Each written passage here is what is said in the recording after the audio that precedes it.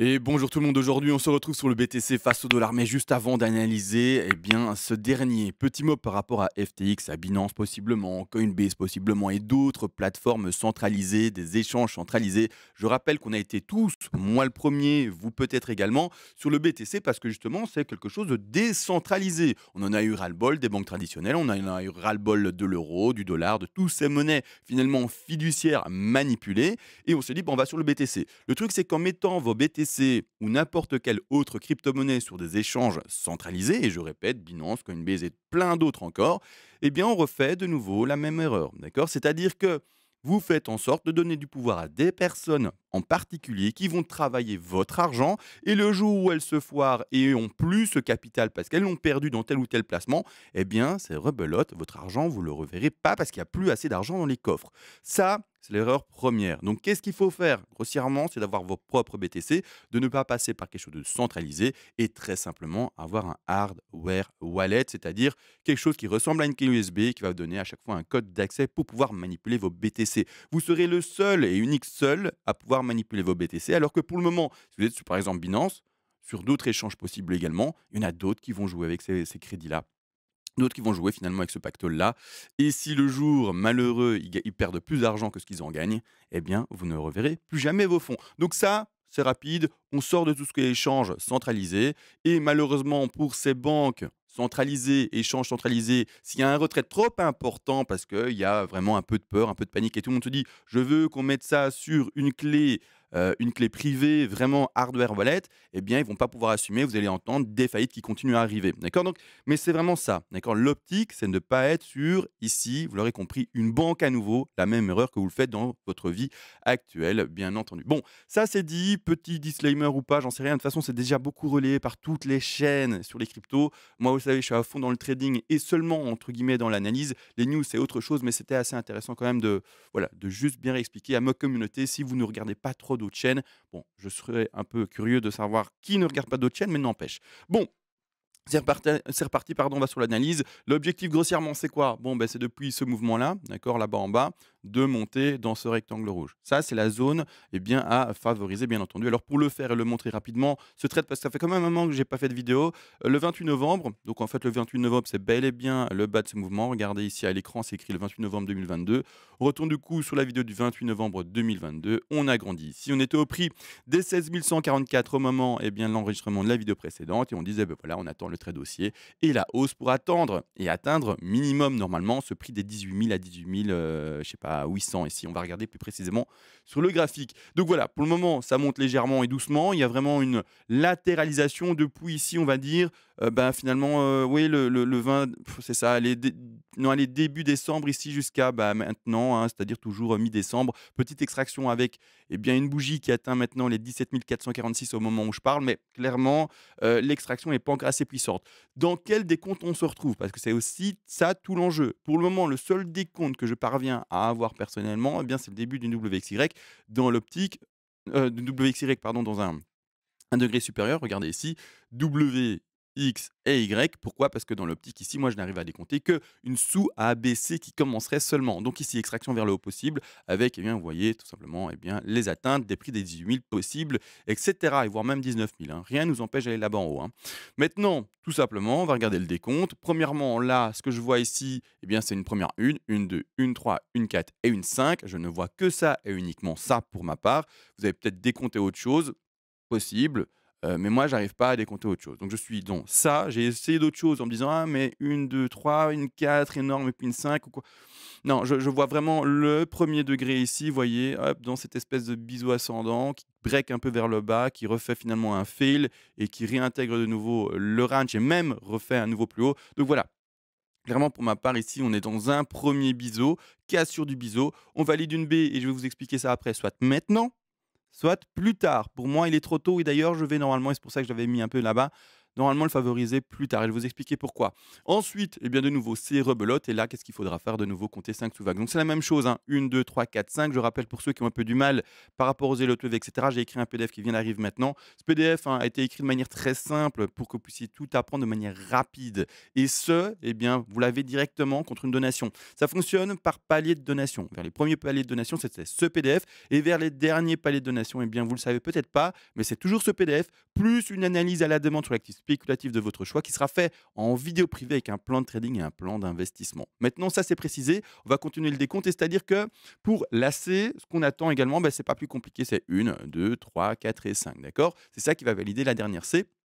Et j'ai l'impression, personnellement, qu'on n'a toujours pas commencé cette fameuse C, qu'on est toujours dans la fameuse B. Ça n'a pas du tout pété assez suffisamment pour ma part. Donc, c'est-à-dire que, vous vous rappelez quand je vous avais dit le stop loss ici, qu'il faudra le déplacer petit à petit. Pour le moment, il a été déplacé là. Ou en tout cas, à la dernière vidéo, c'est ce qu'on avait fait ensemble. La vidéo qui date maintenant d'il y a 10 jours ou je sais pas quoi. Bref, on avait dit, bon, ben voilà, le palier 1, donc le premier palier, je vais essayer de l'entourer. Là, hop, il a été breaké vers le haut. Donc, on peut déplacer son stop qui était anciennement là-bas en bas, eh bien, on peut le déplacer ici. D'accord? Là, c'est fait, c'est réglé. Maintenant, ce qu'on est en train de faire, c'est dessiner un deuxième palier. D'accord? On est en train de dessiner le deuxième palier qui se retrouve ici. Il n'y a toujours pas de break très significatif. Les personnes qui ont déjà remonté votre stop, pour moi, c'est peut-être un peu trop prématuré. D'accord? Un peu trop prématuré. On va voir qu'il y a peut-être une chasse au stop possible, etc. On est bel et bien, on le voit sur quelque chose d'horizontal pour le moment. C'est vrai qu'il y a une cassure légère. OK. Maintenant, normalement, on attend vraiment une cassure beaucoup plus franche et voilà, clairement quelque chose qui va plus haut que ici. Le dernier plus haut, c'était à combien? À 17 425, on est à 17 510, on n'est même pas à 100 plus.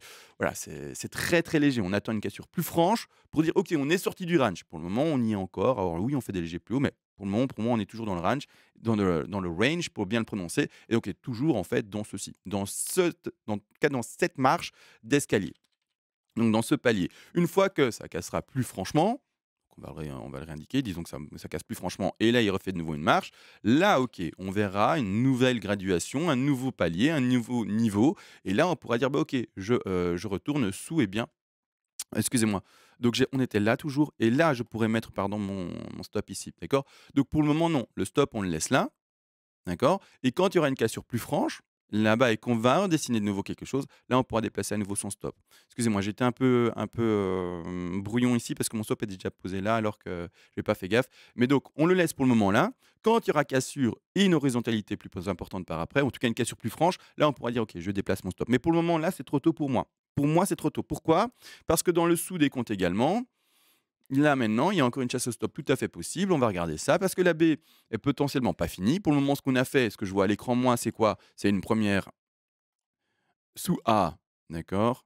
BC, j'ai mal ancré, ABC, une petite ici, ABC. Ensuite, un petit rebond pour le moment qui se fait également, pas confirmant autre chose. Du coup, pour le moment, un mouvement, deux mouvements. On va chercher un troisième mouvement ABC également. Et dans ce contexte-là, pour ceux qui sont un peu meilleurs en Elliott Wave et qui n'ont pas besoin finalement de toutes mes explications, bah, vous l'aurez deviné, on va se retrouver vers quoi? Vers soit une grande flat, d'accord? Soit également potentiellement une grande ABC, une grande WXY. Donc j'essaie juste de remettre ça en un peu plus fin. Voilà, que je ne me perde pas. Et c'est-à-dire, et ça également, bah, du coup, en retrait, comme ça c'est mieux. D'accord? Donc A, B, C. Et ensuite, ben enfin, la fameuse A, B, C en flat. Tout à fait possible. Donc ici, je vais la dessiner, je vais la mettre en jaune, comme ça on la voit bien.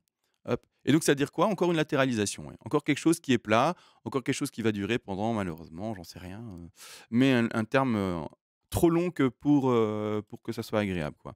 Donc ici, A, B, C, de nouveau, réintégrer le range, comme vous le voyez ici, réintégrer de nouveau ce truc qui dure depuis des semaines et des semaines. Et enfin, peut-être après, eh bien s'extraire. D'accord? Donc faites attention à votre stop. Ceux qui veulent déjà le monter, là, bah, vous pouvez, d'accord? Mais vous avez un profil un peu plus agressif. Il n'y a pas encore cette vraie confirmation de cassure. Maintenant, bien sûr, si vous le mettez là et que, eh bien, on va le chercher, d'accord? Imaginez, il y a une chasse, ou même que, eh bien, c'est le crash, bah, vous aurez fait un retour sur votre trade qui est pas dégueulasse. Mais par contre, s'il y a une chasse, on vous sort et par après, eh bien, il n'y a pas la continuité de la baisse, mais qu'au contraire, eh bien, oui, ça baisse, ça fait la chasse et puis après, hop, ça continue à monter, bah, malheureusement, vous aurez été trop agressif pour pouvoir profiter du bénéfice supérieur, d'accord? De tous les cas, ce trade, de toute façon, pour le moment, il est gagnant. Donc, il n'y a pas de stress à avoir en termes de perte. Mais c'est juste de dire maintenant, comment est-ce que je fais pour pouvoir me dire, eh bien, je vais avoir un maximum de bénéfices. Est-ce que je vais être plus ou moins agressif, oui ou non, par rapport à ma position? Je rappelle que la plupart des pumps, enfin des pumps non, mais des dumps comme on peut observer ici, hein, d'accord? Vous voyez ce dump-là, la plupart du temps, quand on regarde dans l'historique, d'accord? Eh bien, chaque gros dump a été rattrapé par une correction, ou en tout cas un rebond qui va chercher les 50 de Fibonacci, d'accord? Donc à chaque fois, c'est ce cas-là. Gros dump, on va rechercher ici les 50 par exemple, hein. Juste tiens, celui-là, je suis quand même curieux de voir si c'est un 50 ou pas. 1,38, ah oui, on va chercher de nouveau les 50. Donc voilà, donc bref, la plupart des dumps, eh bien, sont rattrapés par 50 eh bien, de rebond, d'accord? Donc ça, il faut le savoir également et dans ce cas-ci également, en termes d'Elliott Wave, on retrouve le rebond d'une 2. Pourquoi? Parce que c'est con, hein, on a fait un trade en hausse, on a fait un trade qui parie vraiment sur un pump, mais malgré tout, il y a un moment où on va de nouveau shorter le marché parce que le plan, c'est quoi? C'est de voir encore le BTC baisser, d'accord? Donc c'est-à-dire descendre. Alors regardez pas où ça a été placé, et cetera, par rapport aux dates, on ne sait pas travailler les dates. Et même l'intensité baissière, ne regardez pas, il faut que je le pose sur le graphique pour que les points soient sur le graphique, d'accord? Comme ça, ceux qui sont très, très néophytes, eh bien, sont maintenant au courant que, eh bien, la 3 je la pose là, le 16 janvier, mais elle peut être posée là, le 25 décembre, elle peut être posée, même, enfin, on s'est compris, on s'en fout, en fait, de la date où c'est posé. Donc là, maintenant qu'on a parlé de ça, également, je voulais regarder le rebond actuel, parce que pour le moment, le rebond, comme dit, il n'est pas assez fort. En tout cas, le rebond par rapport à là, c'est-à-dire le 7 décembre. Le rebond, il est seulement de, regardons ça ensemble, de 113 même pas. Et la zone statistique pour dessiner une flat, eh bien, ce sont les 123. Vous voyez ici, cette zone-là. Donc, logiquement, il y aura encore maintenant, au moment où je parle, un léger pump pour pouvoir dire, OK, on est encore dans une figure de correction, c'est-à-dire de consolidation. Et ensuite, par rapport après, pardon, on peut pumper. Donc là, c'est tout le potentiel. Si on doit vraiment faire une ABC statistique nickel propre en flat, on ira chercher ces 123. Maintenant, par après, si jamais vous voyez que ça pump au-dessus, eh bien, plus on dépasse ces 123, 127, et au moins, finalement, on aura de chance de se dire, OK, on est encore dans cette flat. Dans ce cas-là, imaginez, bah, ça pump. Là, maintenant, ça pump. En fait, on n'est pas dans cette flat. OK, bah, du coup, qu'est-ce qui se passe? Le trade, tant mieux, il va valider des paliers supérieurs et donc on va pouvoir déplacer notre stop en haut. Mais malgré tout, en termes de dessin et en termes d'Elliott Wave, on va valider du coup, il me semble, la A, B, C là-bas en bas. J'essaie de la mettre à côté pour qu'on puisse encore lire tout. D'accord, A, B, C là. D'accord, A, B, C. Et ensuite, là, on va eh bien, compter une première une 2, un pump de 3, de 4 et de 5. D'accord, et là, on va commencer, vous l'aurez compris, eh bien, quelque chose de tout à fait classique. Donc, 1, 2, 3, 4, 5. Mais donc, du coup, je vous montre pourquoi eh bien, cette fameuse A, B, C en flat, en jaune que je viens de mettre de retrait, c'est pour vraiment avoir la précaution de ne pas être trop agressif et de ne pas se faire sortir du trade trop rapidement. Donc ça, c'est vraiment le plan idéal. 1, 2, 3, 4, 5, on pump directement et c'est trop beau et c'est trop cool. Malheureusement, d'accord, je préfère mettre les trucs chiants avant pour que, comme dit, on ne soit pas trop agressif et on peut partir très bien sur cet ABC. Ici, avec une dernière chasse au stop, on va chercher des bas et c'est terminé. Pour travailler après la suite, hein, vous le savez, on prend ici la racine, on va en bas de A, on va en top de B et ensuite on va chercher des objectifs différents. Ça, on travaillera demain ou peu importe, un autre jour, dès que eh bien, ça commencera à être intéressant de le faire. Mais aujourd'hui, la vidéo est déjà assez longue, je trouve, par rapport en tout cas à l'explication ici de cette correction pardon, horizontale. Pour le moment, on attend ça. Je ne suis pas dans l'optique de on est connu un top maintenant. Donc, je ne suis pas vraiment en train de me dire, bon, là, c'est le top et là, ça va cracher. Parce que clairement, j'attends quoi? Au moins ce niveau de prix, hein. D'accord, 50, 61,8% de Fibonacci pour rebond d'une 2. Donc, vous voyez ici, hein, la 1, la 2, et c'est bel et bien le rebond qu'on est en train de faire. Et les 50, 61,8, c'est bel et bien le rectangle rouge. Et cette zone rouge, premièrement, pour ceux qui ont ouvert le trade haussier, donc pour ceux qui ont fait un trade dans cette direction-là, eh bien, ça va être la zone où vous allez prendre le plus de bénéfices par rapport à votre take profit partiel. Et pour ceux qui veulent ouvrir un trade, dès qu'en fait on atteint cette zone rouge et au plus on monte, et au plus en fait l'opportunité sera intéressante pour ouvrir un trade baissier. C'est-à-dire qu'après on rentrera dans quel plan? Dans la 2 vers la 3. D'accord? Et ça sera quoi? Ouverture de trade dans ces zones-là pour pouvoir descendre. Mais pour le moment, on n'y est pas. On est en dessous de ces zones-là. D'accord? Donc là, maintenant, il faut être patient, attendre qu'on monte. Si jamais on ne monte pas là-bas en haut, eh bien, l'opportunité de trade baissier, donc de short, sera loupée et c'est pas grave, on aura d'autres opportunités. Il ne faut pas cracher sur, eh bien, enfin, il faut pas, comment dire, il faut pas se dire mince, j'ai loupé cette opportunité, c'est nul, je suis nul, j'ai envie de j'ai envie de, voilà, vous avez compris, mettre fin à mes jours. Non, pas du tout, d'accord. Vous avez loupé une autre opportunité, elle ne s'est pas présentée, c'est con, mais si le prix ne va pas là-bas en haut, hein, bah, c'est juste que en fait l'opportunité ne s'est pas présentée parce que le prix aura peut-être chuté avant et vous attendrez d'autres trades, d'autres configurations. Peut-être pendant la chute forte ici, vous attendrez un petit rebond et vous direz: «Bah, je prends ce rebond-là et hop, et je pars avec le train après». Donc il y a pas de précipitation et il y a pas de: «Mince, j'attendais là-bas en haut, on n'a pas été là-bas en haut, j'ai pas eu mon trade». C'est pas grave, d'autres opportunités de trade vont se présenter bien entendu à vous et de cette manière-là, bah, A, B, C, on terminera par après ensemble la pattern et après on validera la 2 et malheureusement après let's go. Bon, je vais pas faire plus long. On se retrouve, j'espère, demain,